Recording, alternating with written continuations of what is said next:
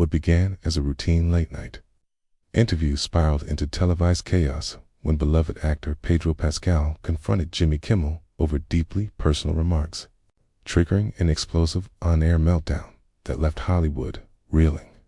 The studio lights dimmed as the familiar opening music of Jimmy Kimmel Live echoed through the packed audience.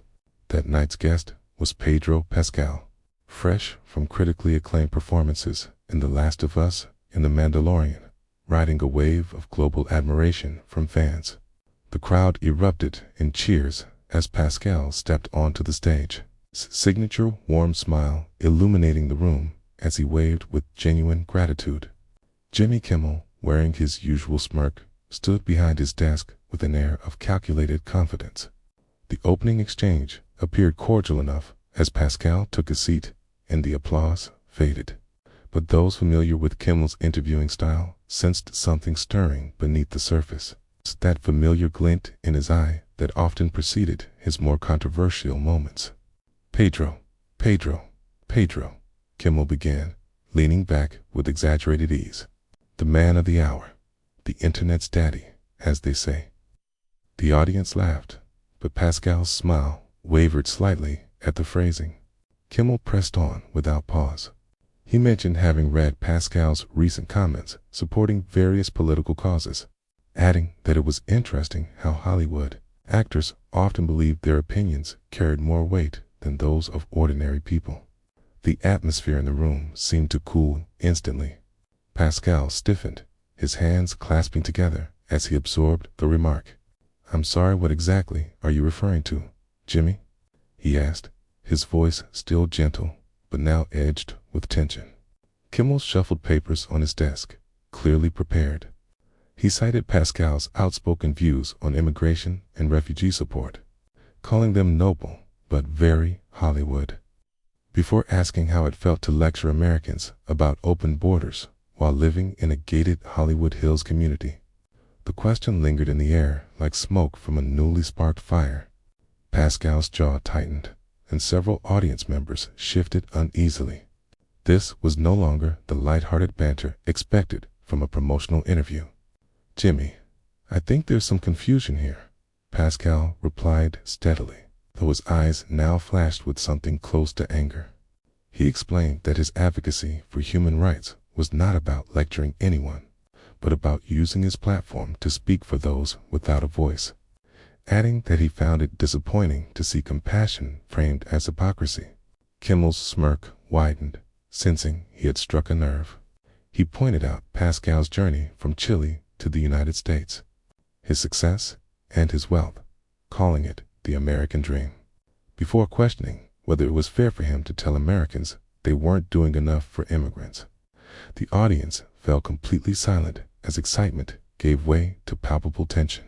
Pascal's knuckles whitened as he gripped the chair arms, his breathing growing heavier. Those familiar with his personal history, his family's escape from Pinochet's regime, and his parents' struggles as refugees, knew this had moved beyond political disagreement. It was deeply personal.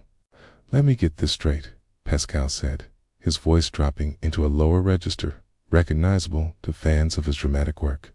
"You're questioning my right to speak about immigration because I'm an immigrant, because my family fled a dictatorship when I was a child, because we know what it's like to need help and not know if it would come."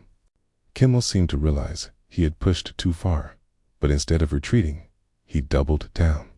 He argued that generosity was easier when it involved other people's money and resources, and that Pascal wasn't the one facing the consequences of such policies in Middle America. That was when Pascal's famed composure finally began to fracture. His eyes burned with an intensity that made the studio collectively hold its breath. Sensing something unprecedented was unfolding, he leaned forward deliberately, like a predator preparing to strike. "Jimmy," he said, his voice carrying a deadly calm, more unsettling than anger, "you need to understand something right now. My father was tortured under Pinochet's regime. My mother carried me across borders, not knowing if we would survive another day. So when you sit there with that smug grin and suggest I don't understand the real consequences of immigration policy, You're not just attacking my politics, you're spitting on my family's trauma. The color drained from Kimmel's face as the weight of Pascal's words hit the room like a physical blow. Several audience members gasped. Others murmured among themselves.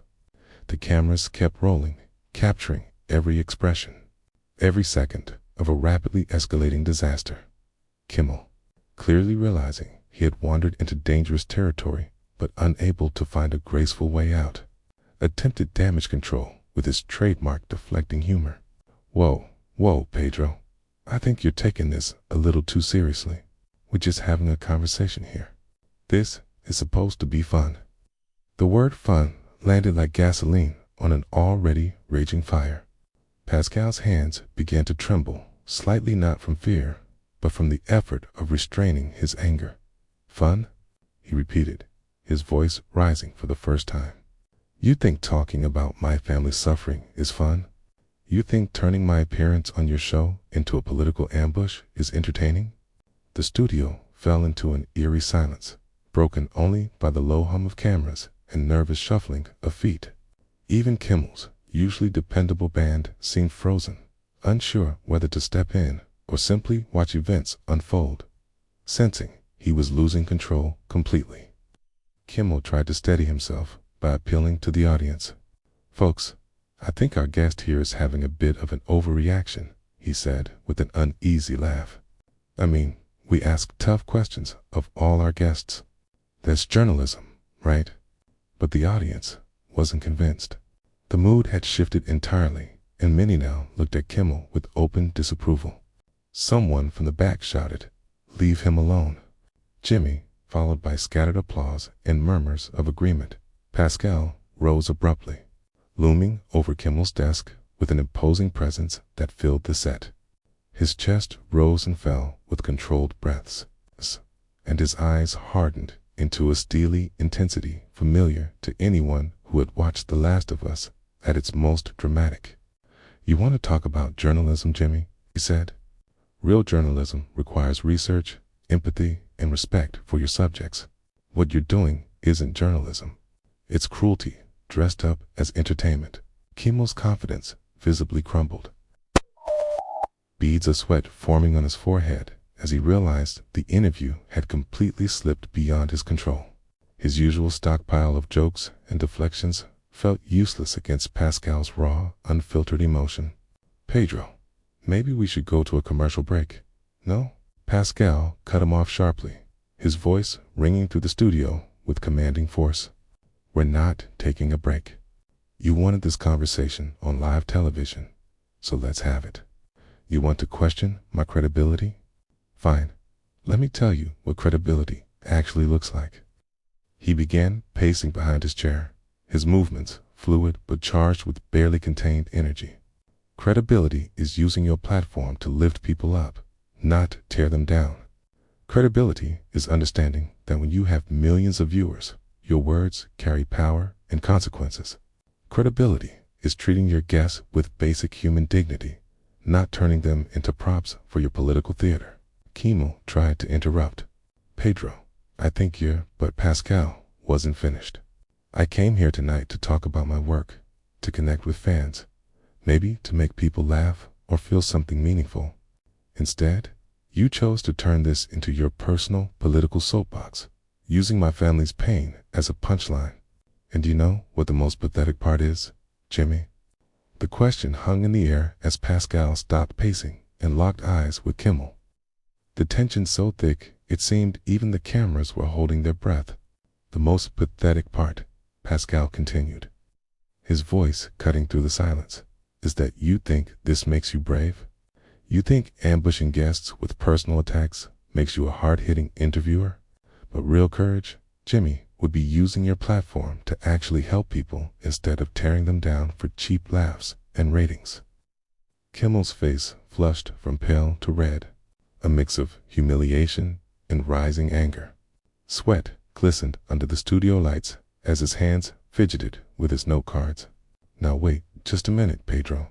I've had enough of this sanctimonious lecture. You Hollywood types are all the same. You can dish it out, but you can't take it when someone challenges your precious worldview. words had barely left his mouth when Pascal slammed his hand onto the desk with such force that the entire studio jumped. The sharp crack echoed like a gunshot, and several audience members flinched in their seats. "Don't you dare," Pascal growled, his composure now fully shattered. "Don't you dare try to turn this around on me when you're the one who crossed every line of basic human decency." The audience was utterly transfixed by the raw emotion unfolding before them. Some discreetly pulled out their phones, despite the no recording rule, while others sat frozen in stunned silence. The atmosphere crackled with electricity, dangerous and volatile, like lightning poised to strike. Kimmel, perhaps finally grasping the scale of his mistake, but too proud to retreat, made the fatal choice to escalate even further. "You know what, Pedro? Maybe the issue isn't my questions. Maybe the issue is that you can't handle being challenged without throwing a tantrum like a spoiled child. This is exactly the kind of entitled behavior regular Americans are tired of seeing from Hollywood elites." The insult struck Pascal like a physical blow. His face cycled through shock, then hurt, and finally something far more dangerous gold, deliberate fury. When he spoke again, his voice was so quiet the studio microphones strained to catch it. Yet every word carried crushing weight. "Entitled," Pascal repeated slowly, lingering on each syllable like poison. "Let me explain entitlement. Jimmy, entitlement is sitting behind that desk, earning millions, and believing you have the right to mock the suffering of refugees and immigrants for your audience's amusement. Entitlement is thinking your comedic timing gives you permission to weaponize people's trauma." Pascal began circling the desk, moving with predatory calm toward Kimmel. The host's eyes widened as Pascal entered his personal space. The power dynamic shifted completely. Several crew members edged forward, certain whether to step in as the situation grew increasingly volatile. "You want to know what a spoiled child looks like?" Pascal continued, now standing beside Kimmel's chair, forcing him to tilt his head up to maintain eye contact. "It's someone who hurls accusations and insults, then acts shocked when there are consequences. It's someone who hides behind it's just comedy when they're called out for cruelty." The audience sat in absolute silence, watching in a mix of fascination and disbelief as one of Hollywood's most admired actors methodically dismantled one of late-night television's most powerful figures. Kimmel's confidence had vanished, replaced by something resembling fear. "I've been in this industry for decades," Pascal said, his voice growing stronger with each sentence. "I've worked with hundreds of hosts, journalists, and interviewers. Some were tough. Some asked hard questions. Some disagreed with me politically. But they all shared one thing: they treated me like a human being. They understood the difference between challenging someone and trying to humiliate them." Kimmel made one final, desperate attempt to regain control, his voice cracking slightly. "Pedro, I think you need to calm down." "Calm down?" Pascal's voice erupted through the studio, finally matching the intensity of his rage. "You ambush me on live television, mock my family's suffering, call me entitled and spoiled, and then tell me to calm down. Who do you think you are?" The question echoed through the studio as Pascal straightened to his full height, looking down at Kimmel with open contempt. The host seemed to shrink into his chair, finally realizing he had awakened something far beyond his control, and that the reckoning was far from finished. When Pascal spoke again, his voice was steady and resolute, carrying not only his own pain, but that of every immigrant, every refugee, every person ever mocked for their struggle. "I'll tell you who you are, Jimmy. You're a man who has forgotten that behind every story, every cause, every political position you choose to ridicule, there are real human beings with real pain and real hope." The silence in the studio was deafening. Even the crew had stopped moving, transfixed by the raw authenticity of Pascal's words. Kimmel sat frozen, mouth slightly open, unable to form any response. You sit in a comfortable chair in a safe studio, surrounded by people who laugh at your jokes, whether they're funny or not, Pascal continued, his voice gaining strength. And you've lost touch with what it means to be vulnerable, to be afraid, to need help. My family didn't choose to become refugees for your entertainment. We didn't flee our homeland so that decades later, a talk show host could use our trauma as material for political commentary. The actor stepped back from the desk, though his presence still dominated the room. You know what the real tragedy is? You had an opportunity tonight. You had a platform, an audience, a guest who genuinely cares about making the world better. And instead of using that power to inspire, to educate, to bring people together, you chose division. You chose cruelty. Kimmel finally found his voice, barely more than a whisper. Pedro, I didn't mean for it to go this far. Maybe we can.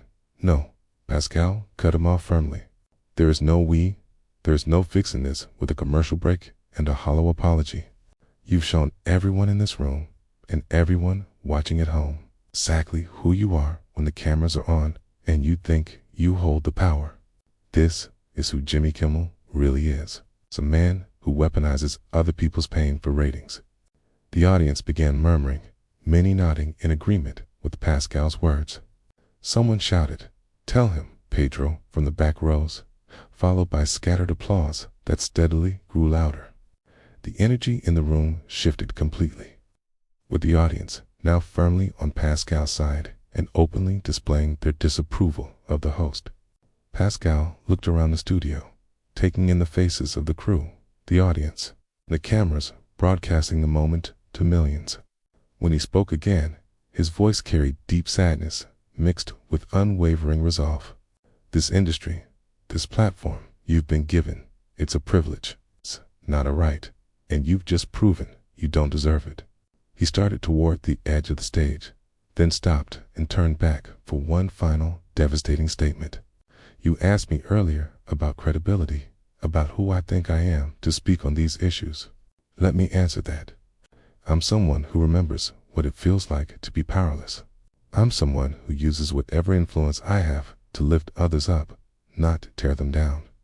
I'm someone who understands that with great platform comes great responsibility. And most importantly, I'm someone who knows when it's time to walk away from people who don't deserve my time or respect. Pascal removed the small microphone pack from his jacket and placed it carefully on Kimmel's desk. The soft thud sounding louder than any shout. The symbolism was unmistakable. He was unplugging himself from the show, refusing to be part of the spectacle any longer.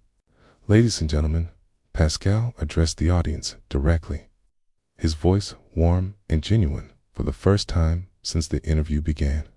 Thank you for your support tonight.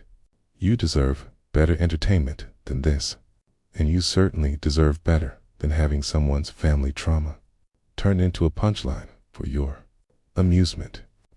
The applause that erupted was thunderous, standing ovation that seemed to shake the studio itself.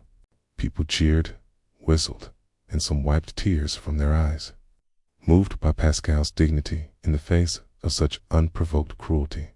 As he walked off the stage with his head held high, leaving behind a humiliated Kimmel in a studio in chaos. The cameras followed every step of his dignified exit.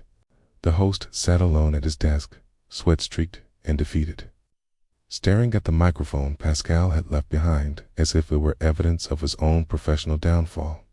The final image viewers saw was Pedro Pascal disappearing through the studio doors, while behind him, Jimmy Kimmel remained in stunned silence, the applause echoing through the studio not for him, but for the man who had just demonstrated what real strength, dignity, and moral courage looked like.